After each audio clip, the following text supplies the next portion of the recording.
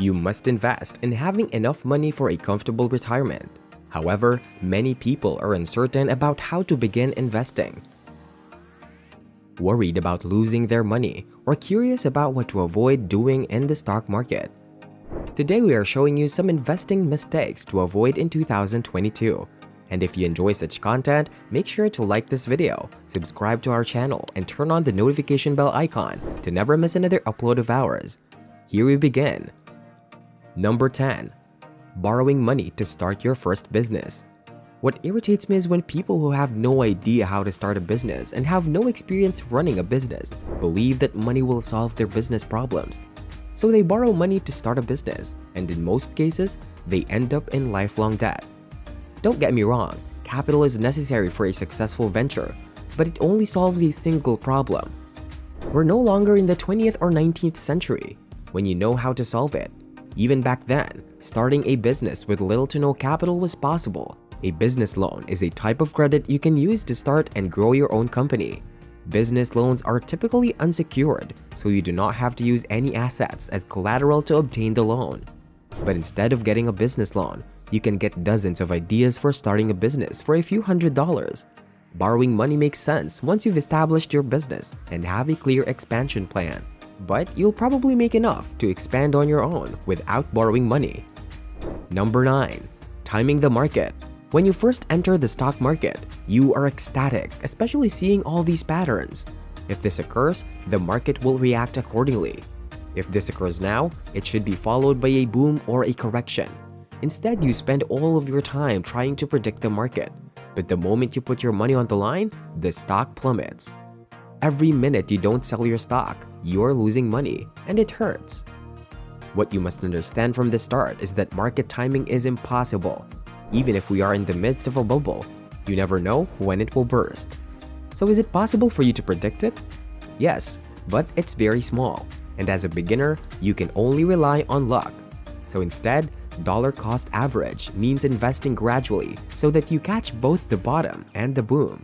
However, because the market is rising, you will certainly make money rather than losing it. Number 8.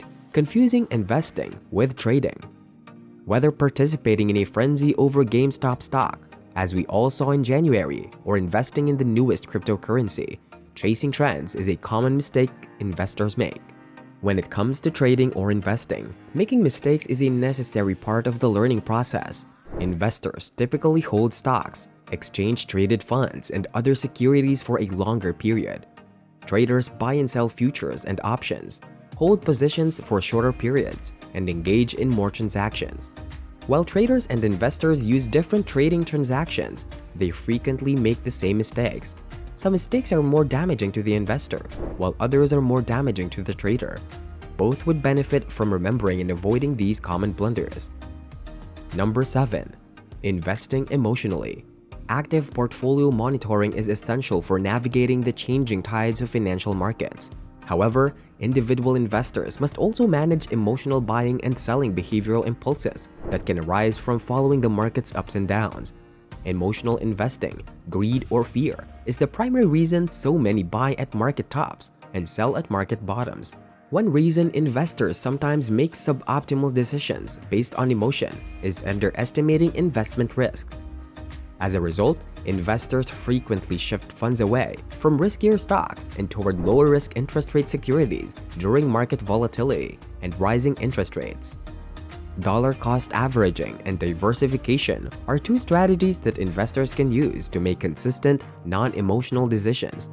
However, staying the course through short-term volatility is frequently the key to long-term investment success. Number 6. Waiting too long to start. Many of us dismiss the idea of investing, especially in our early career years, and insist on waiting for the right time to start.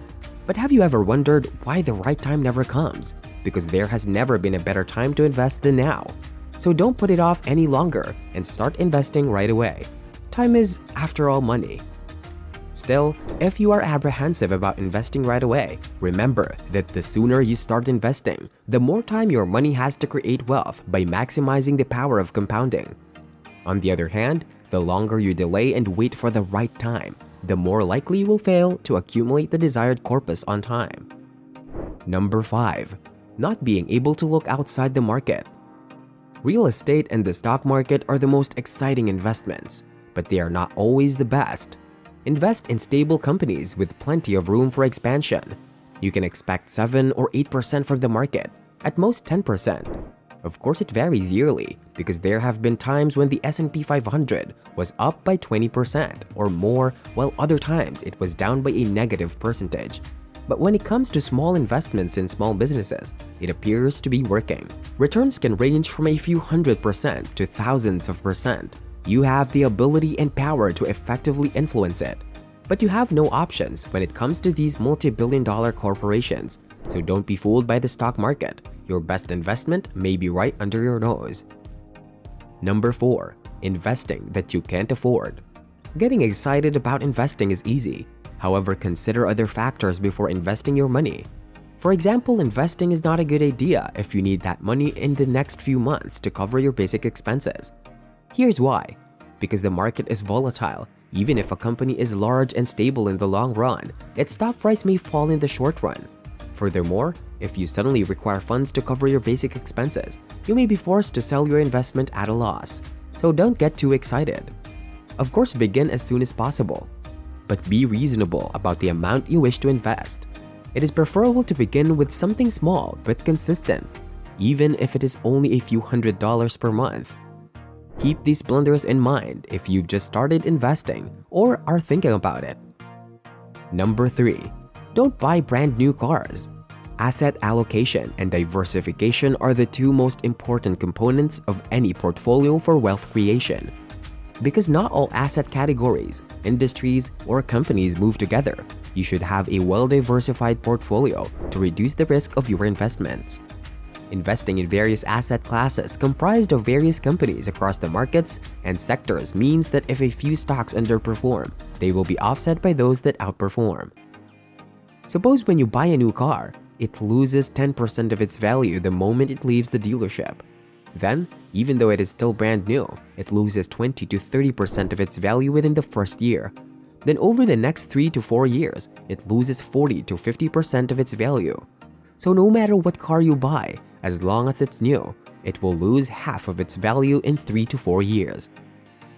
That is the worst financial decision you can ever make because cars easily last 10, 15, or 20 years, and there's a little innovation in this industry. Every year, a 3 or 4-year-old car will be no different from the other cars on the road, but it will save you a fortune. The average price of a new car in the United States is nearly $37,000, and Americans change their cars every 6 to 8 years. So if you buy a used car instead of a new one every 6 years, invest the difference. Number 2. Don't buy a house. Many people believe that purchasing a home is one of the best decisions you will ever make. But unfortunately, this is not always the case. If you are not going to live in that house for at least 10 years, you should not buy one because you will waste a lot of money. When purchasing a home, it is not only about the price. Closing costs are extremely high because you must pay taxes, insurance, an inspection, an appraisal, and other fees. So if you're not planning on staying for at least 10 years, you'll pay much more than you think. When you check a mortgage, the first 5 or even 10 years usually pay the interest and then gradually shift to paying the principal. So, if you take out a mortgage and only live there for 5 years, you will pay interest to the bank instead of paying rent. Imagine if you had invested that money in a mutual fund instead. You could have ended up with hundreds of thousands, if not millions of dollars. Number 1. The sunk cost fallacy. Let's say you borrowed money to buy your ostensible dream car, but you rarely use it because you work from home and only need a ride once or twice a week, but you still have to make your monthly payments. The rational decision would be to sell that car and pay off your debts because you no longer need it. But because you have already paid a portion of that car's cost, you don't want your previous investments to go to waste. As a result, you keep the car. It's like when you buy a movie ticket but discover it is boring. You keep watching because you don't want your money wasted. It indicates a desire not to see your previous investments go to waste, but you cannot recover them now because you have already purchased the ticket. Therefore, you should consider what is best for your future rather than what will justify your previous expenditures because the investment is no longer available. Let us know your views in the comments below.